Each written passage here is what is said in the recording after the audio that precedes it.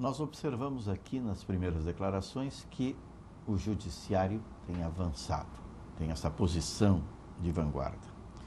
E o legislativo não tem acompanhado esta evolução. O que precisa ser feito para alcançar o interesse legislativo? Todos nós sabemos que uma decisão precisa ser tomada em nível federal, na apresentação de projetos de lei para alterar esta situação. Mas a mobilização começa onde tudo se inicia, que é no município, passa pelo Estado, para chegar à União.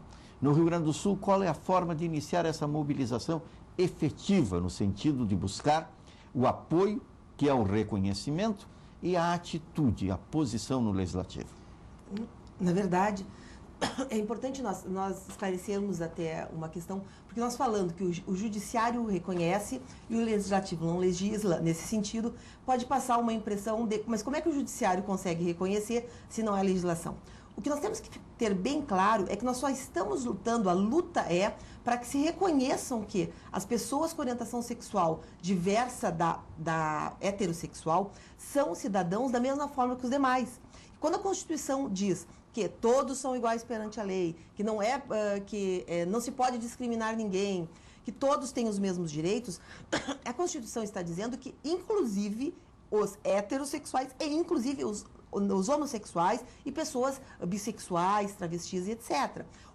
Por que nós dizemos que a legislativo não acompanha essa evolução da sociedade?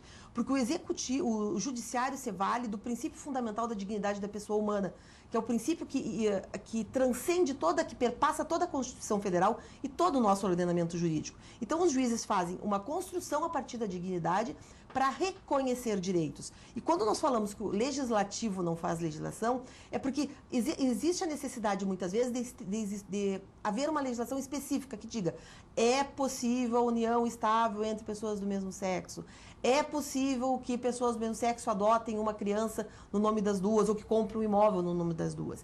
E essa luta é nas duas frentes.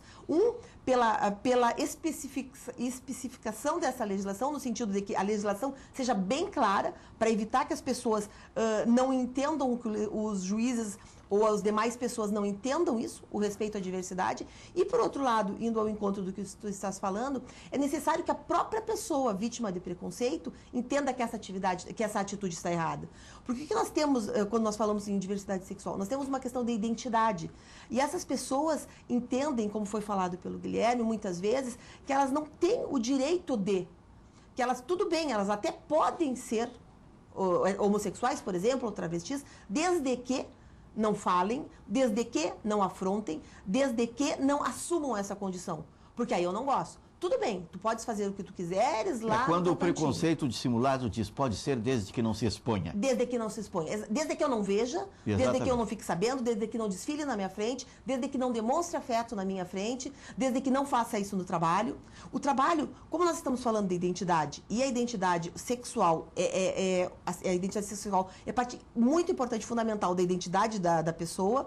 Nós estamos falando de trabalho, nós estamos falando de uma identidade social, daquilo que perante os outros nos dá uma autonomia, nos dá a nossa personalidade. E o que acontece? As pessoas têm que muitas vezes esconder a sua orientação sexual, esconder que não são heterossexuais, para poderem entrar no mercado de trabalho.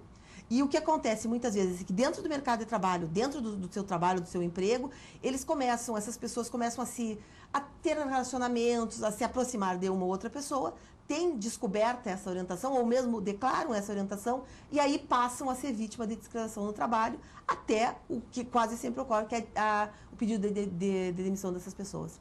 Pedido de desligamento, o assédio moral. Exatamente. E nos municípios, como você falou, é possível, por exemplo, Porto Alegre tem uma lei municipal que proíbe discriminação por orientação sexual e identidade de gênero nos estabelecimentos comerciais e de serviços. Isso significa, se eu for com o Guilherme num restaurante e a gente trocar um beijo, a gente não pode ser expulso desse local. Porque embora exista essa legislação federal da Constituição, artigo 5º, que diga que é proibido discriminar por qualquer natureza, e a gente fica no qualquer natureza, e daí precisa afirmar e buscar legislação e tal, para dizer que não, qualquer natureza pode ser entendido como orientação sexual também. Se tiver especificado essa questão, é possível que a gente consiga, né, por exemplo, coibir um estabelecimento que faz esse tipo de coisa com uma multa, né, uma cassação do alvará, inclusive, desse estabelecimento. Em Porto Alegre, a gente mesmo tendo essa legislação municipal, nós temos inúmeros casos, né? E o pior é que a própria Prefeitura de Porto Alegre, que deveria fiscalizar,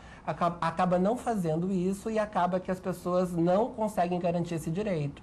Então, é muito comum que duas pessoas, você pode fazer determinada coisa, mas só se for num espaço que é o que a gente chama de gueto. E a gente não quer viver em guetos, a gente quer estar em qualquer lugar, ser bem recebido em qualquer lugar, e é por isso que é preciso ter legislações municipais. Sapucaia do Sul tem uma legislação municipal, Porto Alegre tem, e isso seria importante que os vereadores todos dos municípios do estado do Rio Grande do Sul pudessem fazer essas legislações. É claro que a legislação por si só também não basta. É preciso mudar a cultura, né, das pessoas para que entenda que essa diversidade ela precisa ser respeitada acima de tudo. E que as pessoas precisam ser respeitadas independente de serem negras, de estarem vestidas desse jeito ou daquele, né, e que sejam respeitadas na sua integridade, né.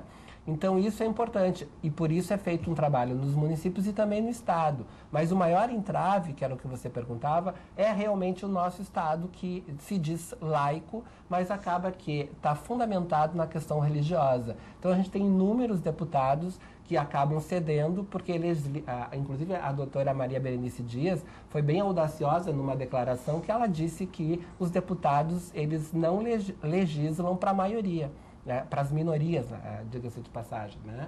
Porque como tem a questão do voto, então, bom, se eu for um pouco diferente, dissonante, eu posso perder uma parcela da minha população que está votando.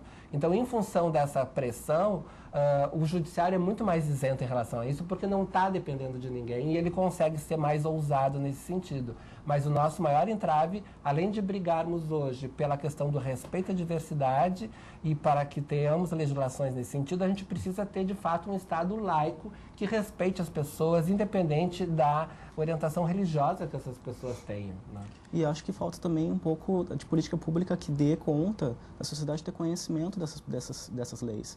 Porque os casos que vão para a administração municipal de discriminação em estabelecimentos públicos são raríssimos, levando-se em conta todos os casos que realmente de fato acontecem. Porque não há campanha das leis, as pessoas não conhecem suas leis, não conhecem seus direitos e continuam sendo marginalizadas pelos seus jeitos de se vestirem, pela forma como se expressam, tanto afetivamente quanto socialmente, de sua identidade social. Hoje a capital de Porto Alegre, por exemplo, vive permanentemente um conflito no entorno da Rua Lime Silva, né? Que é o que o Guilherme está falando. Justamente por quê? Porque um shopping comercial que existe por ali tentou, de alguma forma, excluir as pessoas que tinham orientação sexual diversa da maioria. E daí as pessoas hoje se reúnem nas ruas, nas calçadas, e existe um policiamento ostensivo, volta e meia as pessoas são agredidas naquele espaço, né? Então, assim, é difícil entender essa diversidade. E os jovens, no caso, não têm um espaço de sociabilidade, porque eles não têm idade ainda para estar em espaços, por exemplo, comerciais, como bares ou boates e tal. Então, a rua, as praças, os parques, é esse espaço de encontro, de troca, de afeto, de conhecer o outro. Só que as pessoas não respeitam isso, não aceitam, acham que isso é uma pouca vergonha. E a rua, por definição, é o espaço público. Mas não é, no caso, hoje de Porto Alegre, é um espaço também de conflito em relação a isso, porque não há esse respeito, esse olhar democrático sobre a sociedade do respeito realmente à diversidade.